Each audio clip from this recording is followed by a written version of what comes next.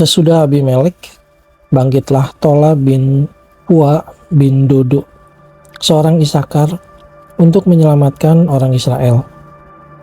Ia diam di Samir, di pegunungan Efraim, dan ia memerintah sebagai hakim atas orang Israel 23 tahun namanya.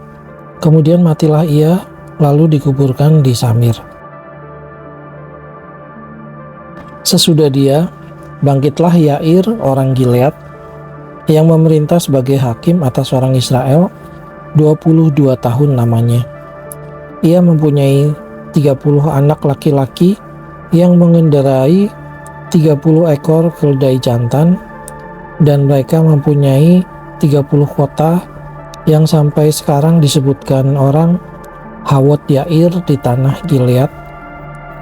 Lalu matilah Yair dan dikuburkan di Kamon. Orang Israel itu melakukan pula apa yang jahat di mata Tuhan. Mereka beribadah kepada para Baal dan para Asyitoret, kepada para allah orang Aram, para allah orang Sidon, para allah orang Moab, para allah Bani Amon, dan para allah orang Filistin. Tetapi Tuhan ditinggalkan mereka, dan kepada Dia mereka tidak beribadah. Lalu bangkitlah murka Tuhan terhadap orang Israel, dan Ia menyerahkan mereka ke dalam tangan orang Filistin dan Bani Amon. Dalam tahun itu juga orang Israel ditindas dan diinjak mereka. 18 tahun lamanya mereka memperlakukan demikian semua orang Israel yang di seberang sungai Yordan, di tanah orang Amori yang di Gilead. Dan Bani Amon pun menyeberangi sungai Yordan untuk berperang melawan suku Yehuda, suku Benyamin, dan keturunan Efraim, sehingga orang Israel sangat terdesak. Lalu berserulah orang Israel kepada Tuhan, katanya, "Kami telah berbuat dosa terhadap Engkau, sebab kami telah meninggalkan Allah kami, lalu beribadah kepada para Baal."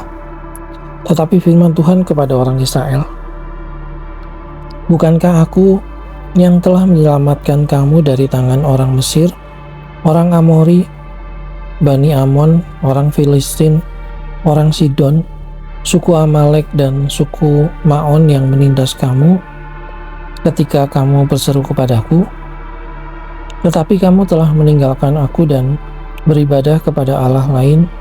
Sebab itu aku tidak akan menyelamatkan kamu lagi.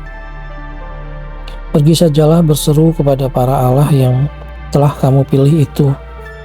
Biar merekalah yang menyelamatkan kamu pada waktu kamu terdesak." Kata orang Israel kepada Tuhan, "Kami telah berbuat dosa, lakukanlah kepada kami segala yang baik di matamu, hanya tolonglah kiranya kami sekarang ini." Dan mereka menjauhkan para allah asing dari tengah-tengah mereka, lalu mereka beribadah kepada Tuhan. Maka Tuhan tidak dapat lagi menahan hatinya melihat kesukaran mereka. Kemudian Bani Amon dikerahkan dan berkemah di Gilead, sedang orang Israel berkumpul dan berkemah di Mizpah. Maka para pemimpin bangsa di Gilead berkata seorang kepada yang lain, "Siapakah orang yang berani memulai peperangan melawan Bani Amon itu? Dialah yang harus menjadi kepala atas seluruh penduduk Gilead." Adapun Yefta orang Gilead itu adalah seorang pahlawan yang gagah perkasa, tetapi ia anak seorang perempuan sundal. Ayah Yefta ialah Gilead. Juga istri Gilead melahirkan anak-anak lelaki baginya. Setelah besar anak-anak istrinya ini, maka mereka mengusir Yefta, katanya kepadanya, "Engkau tidak mendapat milik pusaka dalam keluarga kami, sebab engkau anak dari perempuan lain." Maka larilah Yefta dari saudara-saudaranya itu dan diam di tanah Tob. Di sana berkumpullah kepadanya petualang-petualang yang pergi merampok bersama-sama dengan dia.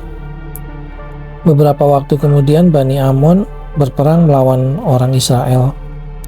Dan ketika Bani Amon itu berperang melawan orang Israel, pergilah para tua-tua Gilead menyebut Yeftah dari tanah Tob. Kata mereka kepada Yeftah, "Mari, jadilah panglima kami dan biarlah kita berperang melawan Bani Amon."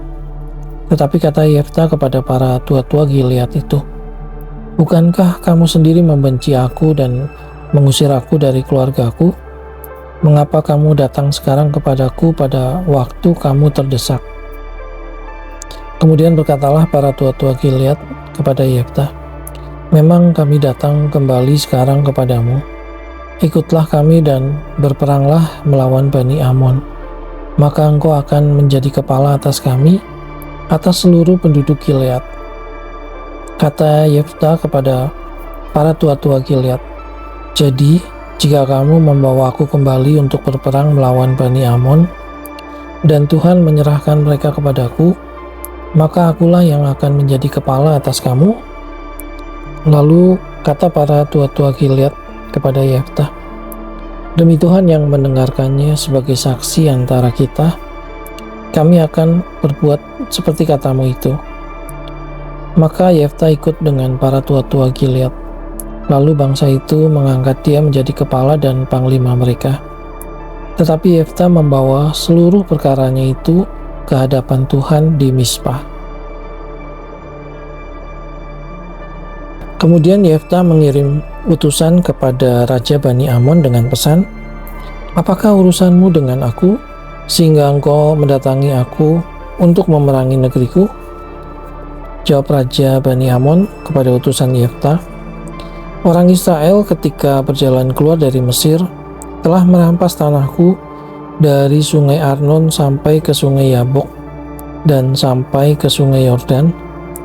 Maka sekarang kembalikanlah semuanya itu dengan jalan damai."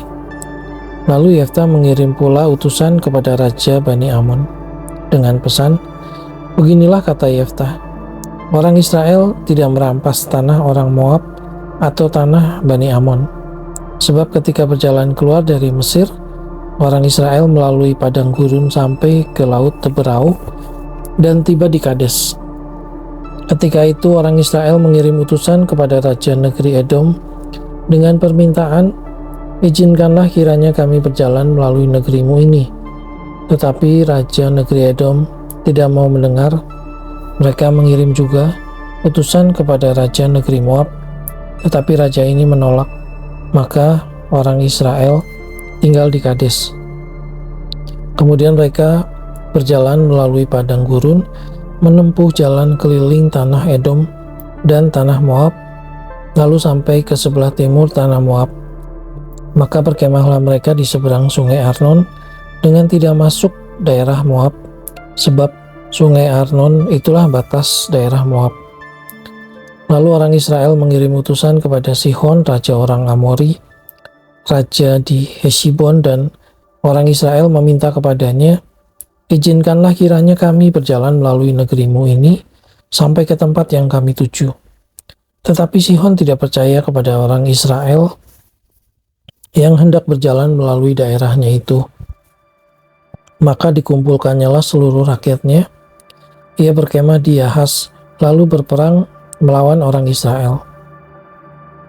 Tetapi Tuhan Allah Israel menyerahkan Sihon dengan seluruh rakyatnya ke dalam tangan orang Israel, dan mereka dikalahkan, sehingga orang Israel menduduki seluruh negeri kepunyaan orang Amori, penduduk negeri itu.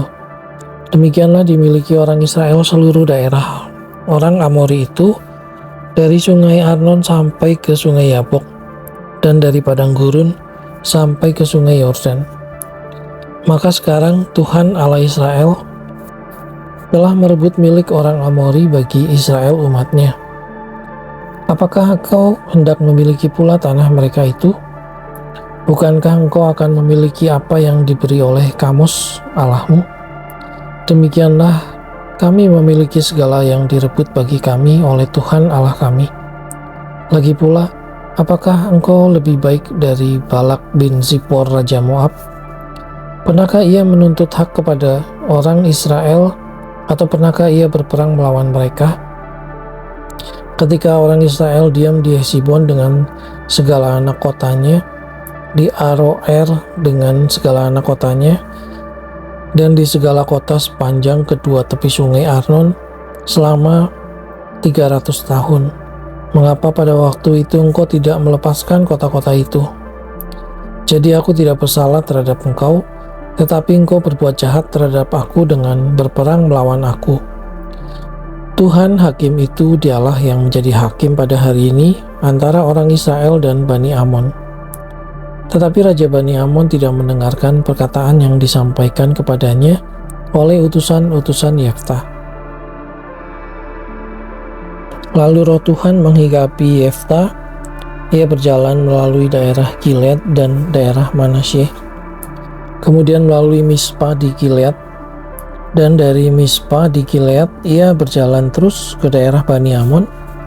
Lalu bernasarlah Yeftah kepada Tuhan, katanya, "Jika engkau sungguh-sungguh menyerahkan Bani Amon itu ke dalam tanganku, maka apa yang keluar dari pintu rumahku untuk menemui aku pada waktu aku kembali dengan selamat dari Bani Amon, itu akan menjadi kepunyaan Tuhan, dan aku akan mempersembahkannya sebagai korban bakaran."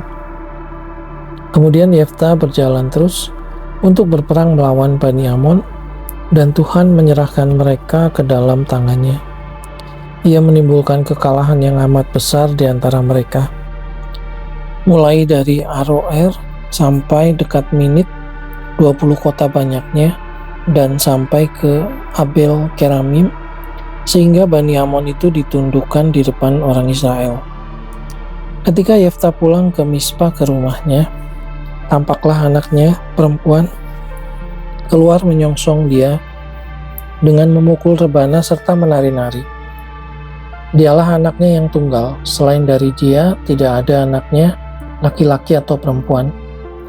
Demi dilihatnya dia, dikoyakannya lah bajunya, sambil berkata, "Ah anakku, engkau membuat hatiku hancur luluh, dan engkaulah yang mencelakakan aku. Aku telah membuka mulutku bernasar kepada Tuhan, dan tidak dapat aku mundur." Tetapi jawabnya kepadanya, "Bapa, jika engkau telah membuka mulutmu bernasar kepada Tuhan, maka perbuatlah kepadaku sesuai dengan nasar yang engkau ucapkan itu, karena Tuhan telah mengadakan bagimu pembalasan terhadap musuhmu, yakni Bani Amon itu."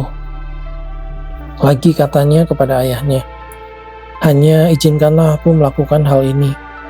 Berilah keluasaan kepadaku 2 bulan lamanya, supaya aku pergi mengembara ke pegunungan dan menangisi kegadisanku bersama-sama dengan teman-temanku."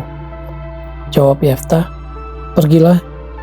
Dan ia membiarkan dia pergi 2 bulan lamanya. Maka pergilah gadis itu bersama-sama dengan teman-temannya menangisi kegadisannya di pegunungan. Setelah lewat kedua bulan itu, kembalilah ia kepada ayahnya, dan ayahnya melakukan kepadanya apa yang telah dinasarkannya itu.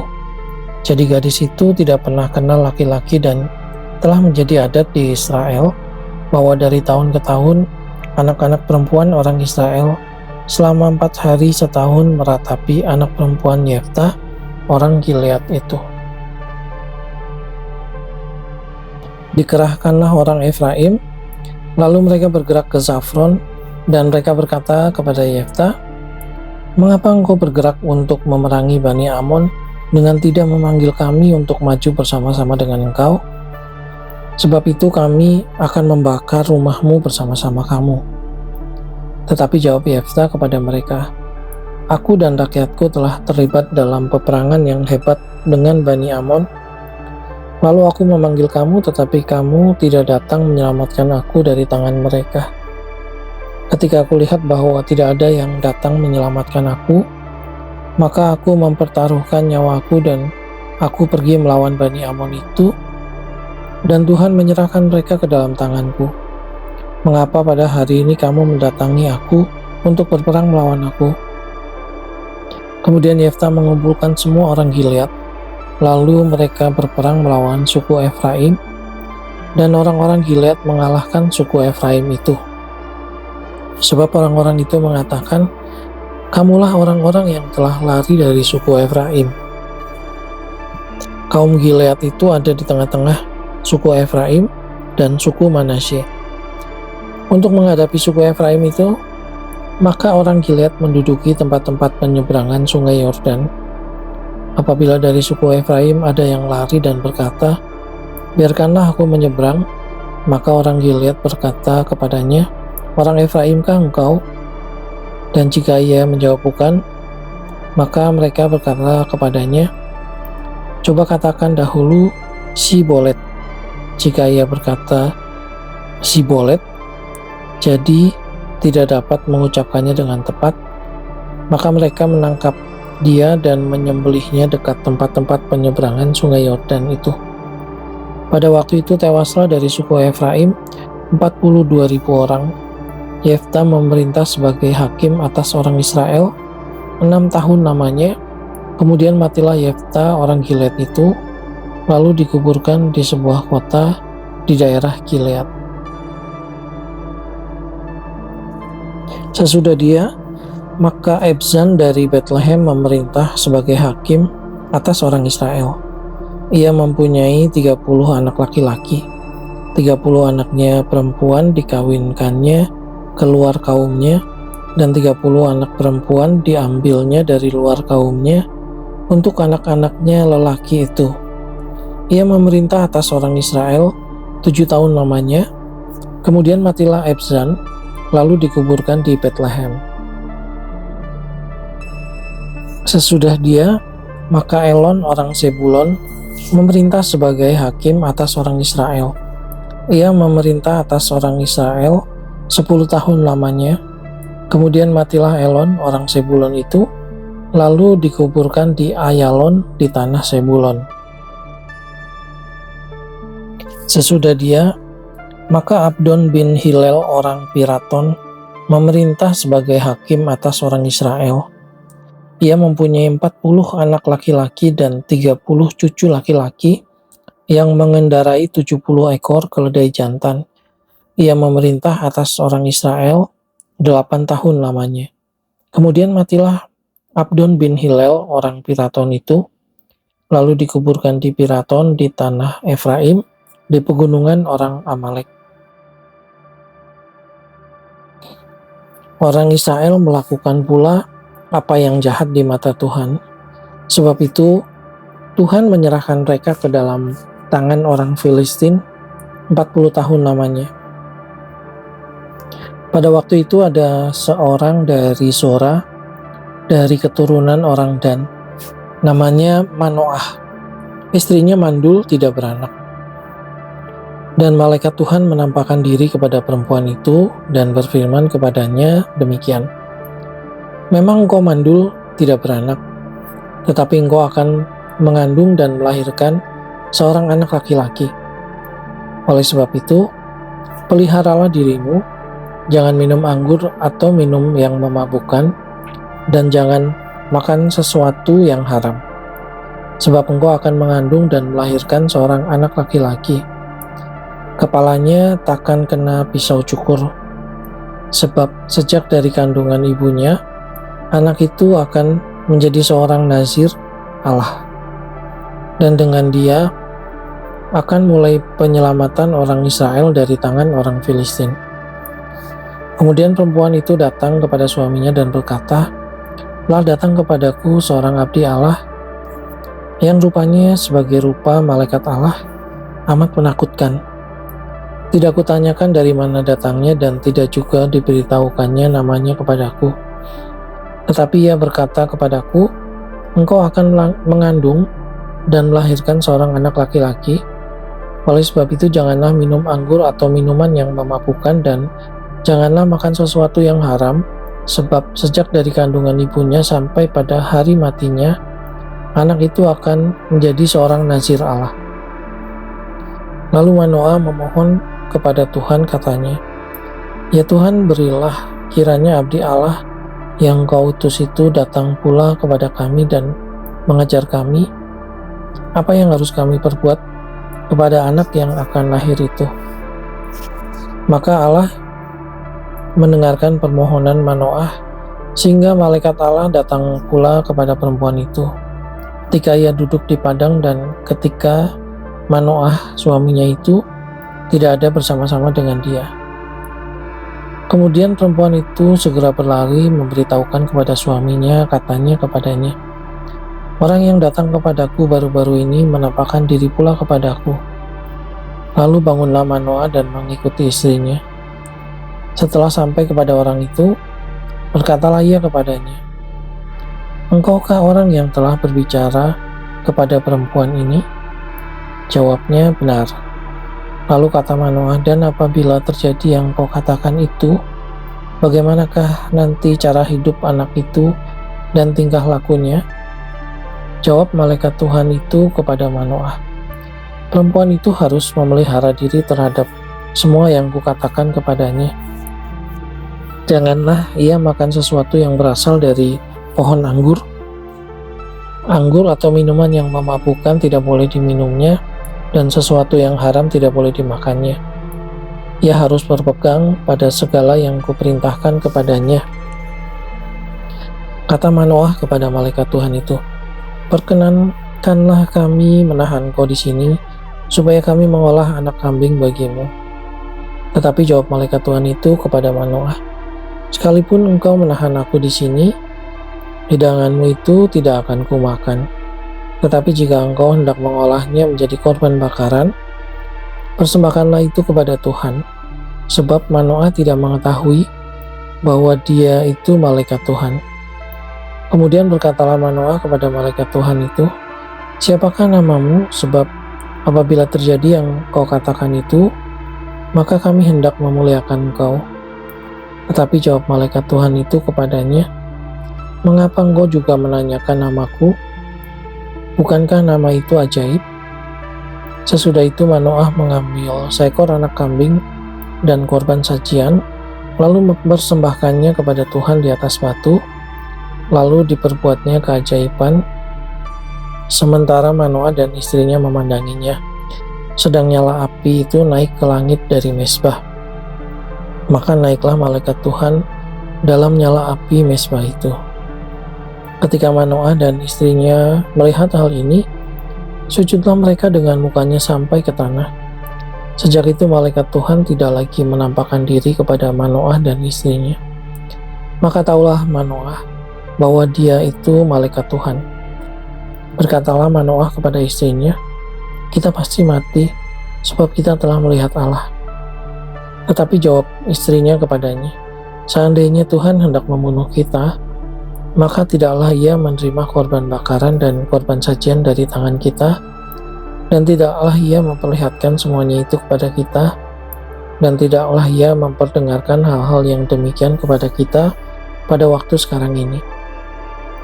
Lalu perempuan itu melahirkan seorang anak laki-laki dan memberi nama Simson kepadanya.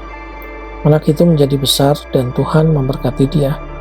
Mulailah hatinya digerakkan oleh roh Tuhan di Mahane dan yang terletak di antara Zora dan Esitaol.